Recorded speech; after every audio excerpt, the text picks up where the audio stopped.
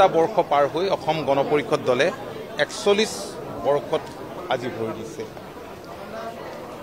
এই গৌৰৱোজ্জ্বল মুহূৰ্তত মই দলৰ প্ৰতিজন কৰ্মকৰ্তাক অভিনন্দন যাচিছোঁ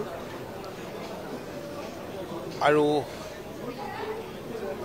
জাতীয়তাবাদক শক্তিশালী ৰূপ দিয়া, জাতীয়তাবাদত মনে প্ৰাণে বিশ্বাসী যিসকল পুৰুষ মহিলাই, যিসকল যুৱক যুৱতীয়ে, যিসকল ছাত্ৰ ছাত্ৰীয়ে এতিয়াও অসম গণ পৰিষদক শক্তিশালী ৰূপ দিয়াত কাম কৰি আছে, মই সকলোকে ধন্যবাদ আৰু কৃতজ্ঞতা যাচিছোঁ আৰু অসমবাসী ৰাইজকো মই আন্তৰিক ধন্যবাদ আৰু কৃতজ্ঞতা জনাইছোঁ। অসম গণ পৰিষদ দল দীঘলীয়া সংগ্ৰামৰ মাজেৰে জন্ম হোৱা এটা দল। অসমত বসবাস কৰা বিভিন্ন জাতি, জনগোষ্ঠী, ভাষা ভাষী, ধৰ্মাৱলম্বী লোকক লগত লৈ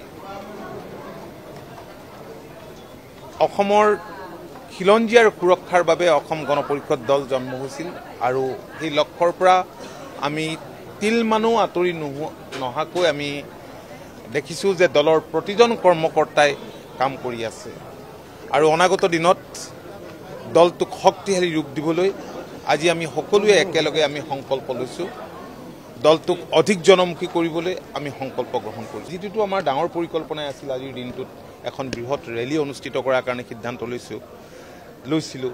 13 তাৰিখৰ যোৱাকালিৰ দিনটোত আমি আঞ্চলিক দলবিলাকৰ এখন কনক্লেভ, এখন সন্মিলন অনুষ্ঠিত কৰাৰ কাৰণে সিদ্ধান্ত লৈছিলোঁ। সেইমতে আমি নিমন্ত্ৰণো জনাইছিলোঁ বহুতকে, নৰ্থ ইষ্টৰ আটাইকেইখন ষ্টেটৰ মুখ্যমন্ত্ৰীকে ধৰি, ৰাজনৈতিক দলবিলাককে ধৰি দেশৰ অন্যান্য ঠাই, চন্দ্ৰবাবু নাইডু, পৱন কল্যাণ, AIDMK, অন্যান্য পাৰ্টিবিলাকৰ লগতো যোগাযোগ ঘটিছিল, নিমন্ত্ৰণো জনোৱা হৈছিল। কিন্তু জুবিন আমাৰ প্ৰাণৰ শিল্পী জুবিন গাৰ্গৰ মৃত্যুৱে আমাৰ প্ৰগ্ৰেমবিলাক কিছু সাল সলনি কৰিবলৈ বাধ্য কৰালে। আমি বাধ্য হ'লোঁ। আমি দেখিলোঁ যে সমগ্ৰ ৰাজ্যবাসী ম্ৰিয়মান, আমিও অত্যন্ত তেওঁৰ মৃত্যুত ম্ৰিয়মান হৈ আছোঁ। দৈনন্দিন বেলেগ বেলেগ কথা ওলাই আছে। গতিকে আমি বিচাৰিছোঁ যে এই গোটেই কামখিনিত যাতে আমাৰ কাম কাজবিলাকৰ বাবে জটি নপৰে, গতিকে সেইবাবে আমি তেনে কাৰ্যসূচী আমি বাতিল কৰিম।